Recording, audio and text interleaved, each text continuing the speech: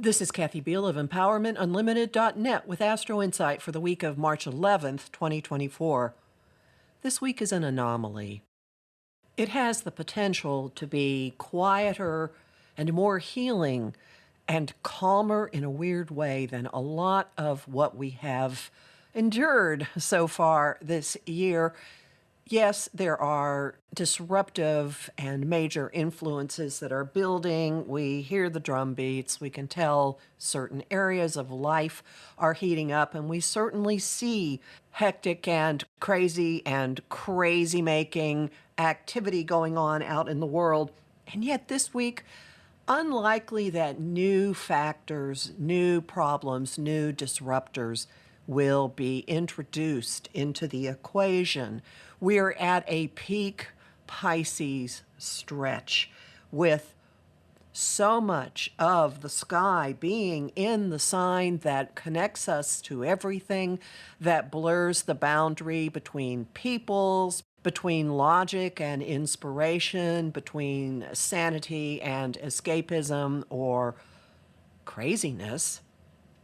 We come into the week on the waves of the Pisces new moon, which was on the 10th, on Sunday. We're still kind of off in a reverie of what we might be able to create in our lives. And then our social mode goes all gushy.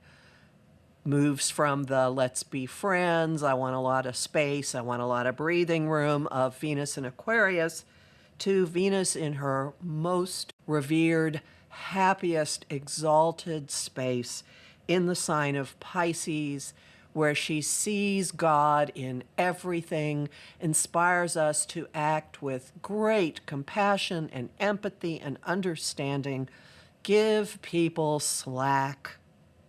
This placement loves magic, loves the concept of love, looks at life as romance. This is high mermaid, mystic, magic maker, fairy, forest dweller energy. So don't be surprised if people start acting with a little more kindness, a little more softness as Venus starts to float through this sign. Now, with her entrance into Pisces, we have the Sun, Venus, Saturn, and Neptune in the sign, which is not an encouragement to go finish your taxes. This is unhinging a lot of people from normal reality. Things might feel like you've got cotton around your brain, in between your brain and your skull. A lot of people are going to be spacey, and you could be one of them. Wanting to dawdle, to watch a lot of movies, to head for the wine or the margarita or the bathtub. This is a really good time to just relax in the tub. All you tub people out there, you have cosmic permission. Things are going to really heat up next week noticeably at the equinox when the sun moves into Aries. Take advantage of the emotional downtime. Notice if you're picking up stuff from other people. Pay attention to boundary issues and what maybe you would do well to dump that is really not yours. In the midst of this floaty time, there are a few little ickies under the surface that will be nipping at you. Uncomfortable semi-sextiles between Venus and Pluto, the two rulers of money and desire. On the 12th, there could be something in your subconscious. It's a little, I don't want to look at this. And then on the 16th, same discomfort between Mercury and Saturn. And in both of these instances, if you just stand and look at it and say, what is this? You have a chance of rearranging something slightly inside of you that is not quite so much an irritant. And since both of these involve planets in Pisces, please do not devalue your own intuition, your own knowing. It could be that something is gnawing at you because you know it isn't right, because you sense something is going on, and facing it, dealing with it, could be a whole lot better than letting it fester, so that when we all start igniting in eclipse season, who knows what you might do. We sail through the week into the sun completing its conjunction with Neptune, which was presaged at the Pisces new moon near Neptune. Now the sun meets with Neptune on the 17th. The peak drinking day in the United States, St. Patrick's Day. You maybe want to really think, before you go into a bar on that day.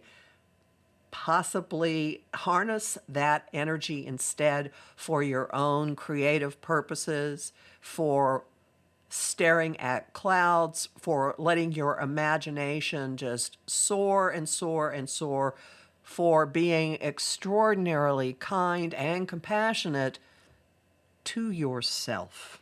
It might help to think of this week as cosmic spa time, where we can dump a bunch that we've been dealing with, at least dump our reactions to it, the situations we will not get rid of this week. But look at it as rejuvenate, do some really nice things for yourself, do really nice things for other people. Look at yourself as a tiny pebble, and you're tossing it into a pond and letting the ripples go out way, way, way beyond your field of vision. Homing thought of the week: slack will be given. Song of the week, Empathy by Alanis Morissette, and the image of the week is a candlelit bubble bath. You'll learn more about this in my forecast for the month of March, which is already up at my site, empowermentunlimited.net, where you can sign up for my mailing list and book a session with me. I'm Kathy Biehl, a professional astrologer with more than 30 years experience. I have lots of bonus content at patreon.com/Kathy Biehl, including an analysis of the equinox chart. And I'm really grateful to the people who support my work there. I host the show Celestial Compass on Om Times Radio and TV at 5 p.m. Eastern on the first and third Monday of every month. I also host Conversation on Facebook, on the page Empowerment Unlimited, and in the group The Astro-Insight Lounge. I post on Instagram and Threads at K.A. Biehl, and on YouTube at the Professional Aquarian channel. Talk to you next week.